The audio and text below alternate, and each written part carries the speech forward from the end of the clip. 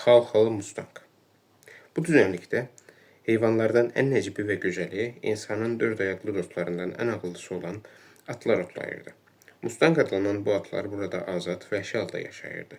Morris Mustanger bu atları tutub əhilləşdirməklə gün keçirirdi. Onun daxması Alamo çayının sahilində idi. Daxmanın arxasında bir akır. Akır İngiltərə və Amerikada 4047 kvadrat metrə bərabər sahə ölçüsü. Sahə çəpərlə əhatə edilmişdi. Morris tutduğu mustangları bura salırdı. Daxmanın içi at dəriləri ilə bəzədilmişdi. Burada at ovu üçün zaruri ləvazimat gözə dəyirdi.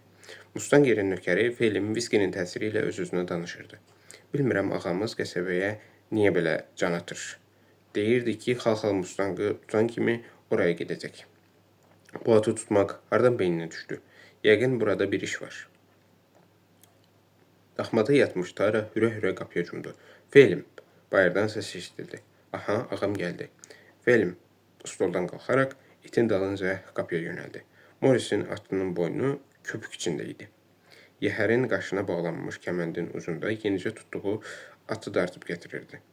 Bu qeyri-adi bir Mustang idi. Çöldəki vəhşi at ilğılarında beləsinə az-az rast gəlinər.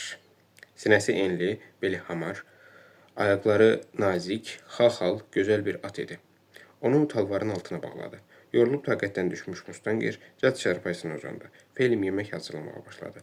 Bu vaxt Tara bərkdən hürüb qapıya cumdu. İtin hürüşü sevincək bir zingilti ilə əvəz olundu. Felim, Zepstampdır, dedi. Qoca Zepstamp uca boylu, qara buğday adam idi. Ayağında timsah dərisindən uzun boğaz çəkmə vardı. Sadə və qaba geyimdə idi. Gəncliyini Mississippi meşələrində ovçuluqla keçirmişdi. İndi isə Texas meşələrində ov edirdi.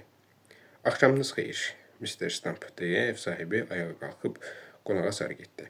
Zep Stamp bu qonaqpərvər daxmada gecələyəcəkdi. Felim, get yəhərin qaşındakı Hind toyuğunu gətir. Onu yolda vurdum. Çox gözəl, Mustanger səsləndi. Bizim yemək ehtiyatımız tamam tükənib. 3 gün idi ki, gözəl bir Mustangın ovuna çıxmışdım. Özümlə tüfəng götürməmişdim. Ovçu maraqla soruşdu. Bu nə Mustangdır?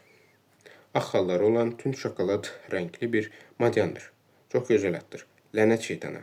Mən də elə o at barədə söhbət etmək istəyirdim. Belədir, mən o Mustangı görmüşəm. Deyirsən o madyandır. Mən bunu bilmirdim. İstəyirdim ki, onu tutmağa cəhd edəsən. Sənə deyim nə üçün? Mən qəsəbədə idim. Oraya bir adam gəlmişdi. Onu hələ Mississippi'dən tanıyıram. Adı Poindexter'dir. O varlı adamdır. Özü ilə 100 kölə gətirib. Bacısı oğlu Colhan da onunla yaşayır. Onun da yaxşı pulu var. Dayısına borc verir. Plantasiya sahibinin yeganə bir qızı var ki, atası ondan canını da əsirgəməz. Bu qız Louisiana'da ən gözəl atları minib seyirdərdi. Xal-xal Mustang haqqında onlara danışandan bəri qızı kişiyə rahatlıq vermiş. Mr. Poindexter də vəd edib ki, bu atı gətirənə pul əsirgəməyəcək. Bundan xəbər tutan bütün Mustangerlər o atın dalınca düşəcəklər. Ona görə heç kəsə xəbər vermədən sənin yanına gəldim. Gənc İrlandiyalı yerindən qalxıb Mr. Stampı xal-xal Mustangın bağlandığı talvarın altına apardı. Qoca ovçu, lənət şeytana, bu həmin Mustangdır. Demək tutmusan, Mrs. Poindexter sevincindən dəli olacaq.